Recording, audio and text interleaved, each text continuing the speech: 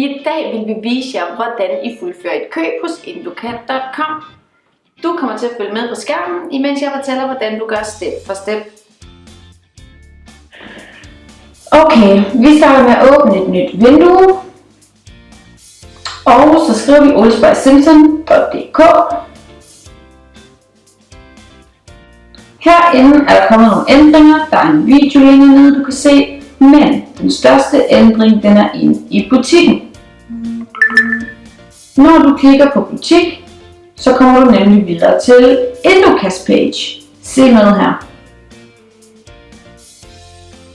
Herinde på Endocats side, eller inde på deres webshop, der er tingene lidt anderledes, men det er de samme produkter. De har lagt de forskellige kategorier heroppe i den her menu, hvor der er olie, kapsler, ekstrakter, suppositorier, krystaller, tyggegummi og skincare. Så vi skal prøve at demonstrere, hvordan vi vil putte et produkt ned i kurven.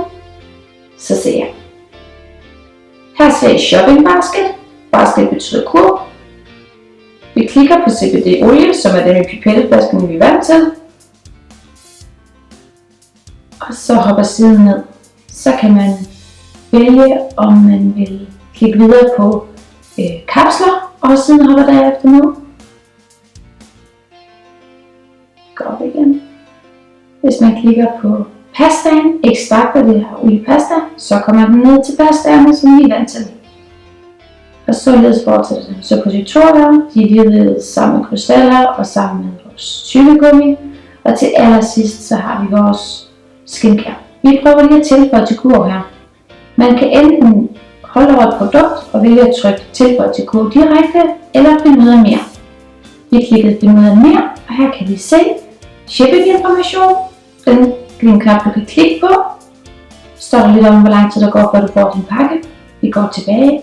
Så kan du klikke på betalingsinformation. Og der står der om, hvordan du betaler, og hvor du kan ringe til for at få noget hjælp. Og hvis du ikke kan betale med kreditkort, hvorfor? Vi går ind og tjekker, om det er den rigtige mængde, og trykker Add to Basket. Det betyder tilføje til kurv. Man kan tilføje ved at trykke på plus, eller minus ved at trykke på minus. Tilføje til kurven, og så hopper den op i højre hjørne. Her kan man se, at den er nu i kurven. Klikker Back to the Products page. Vi trykker Back to the Products page. Så kommer vi tilbage til produktsiden. Products page betyder produktsiden. Herinde der har vi fået tilføjet vores 3% olie til kurven. Og nu ønsker jeg at komme tilbage til de andre produkter. Der klikker jeg igen op i den grønne, der er markeret på produkter, og kommer herefter tilbage til produktkategorien. Jeg ønsker nu at lægge et ekstra produkt ned i kurven, og jeg vil gerne have en lipbalm med. Jeg klikker på skincare, og bum, der kan vi se skincare. Den her gang bruger jeg en anden knap og trykker direkte til kurven. Kigger man ud i pop-up menuen, er der nu raw hand oil og lipbalm i. Jeg trykker checkout, som betyder kasse, og så er jeg faktisk kommet videre til kassen. Her kan I se, der står betaling, der står antal, vi har en rabatkode, vi trykker submit, og så kan I se, at rabatten den er fratrukket. Vi trykker videre til checkout, proceed til checkout, videre til betaling og kasse. Så skal man til at logge ind. Har du endnu ikke oprettet en profil, er det rigtig vigtigt, at du får det gjort, ellers skal du ikke komme til at lave et køb. Klik på registration og følg alle guidelinesene, og derefter har du en profil.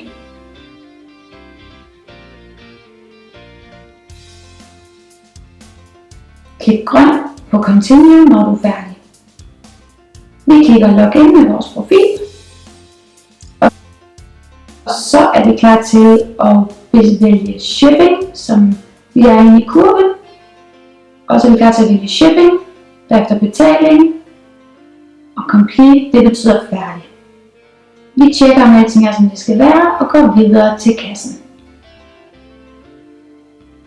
Her går vi ind og bekræfter, at der ikke er betalt ekstra priser, og at rabatten er fratrukket, og vi ender med en pris, der er næsten med en til Old Spice Simpsons. Efterfølgende så skal vi ned og have valgt forsendelse, og hvor vi skal have sendt til. Vi tjekker det den rigtige adresse, og derefter kan vi vælge og sende til en anden adresse, eller redigere en adresse, vi allerede har tastet ind. Vi vælger forsendelsesmetode og trykker fortsæt.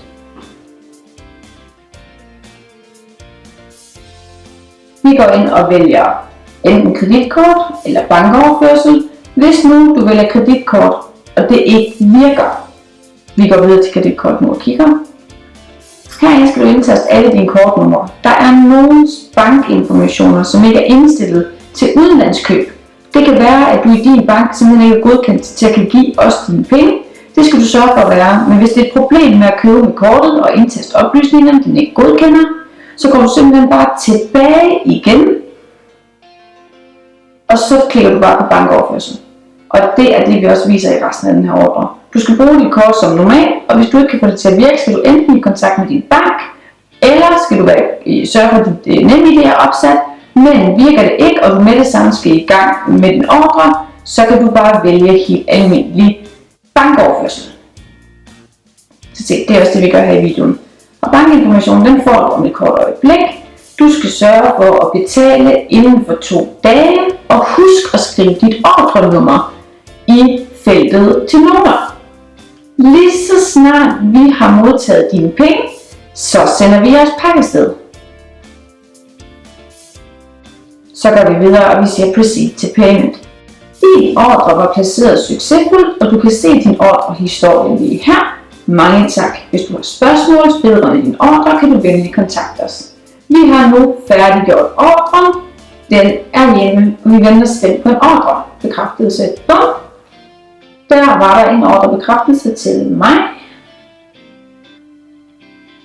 Kan I se her. Hej Sandra, din ordre 538405 har været succesfuldt processeret. Først ud betalt inden for 2 dage, og så bliver den sendt ud. Jeg kan se her, hvad jeg har bestilt, hvor meget det har kostet, hvor det bliver sendt til, og nogle andre kontaktnumre. Jeg håber, det hjælper en lille smule. Husk, vi sidder altid klar hos Ulf Bert Simpson til at hjælpe dig. Ulf Bert Simpson siger tak. Rigtig god dag. Hej hej.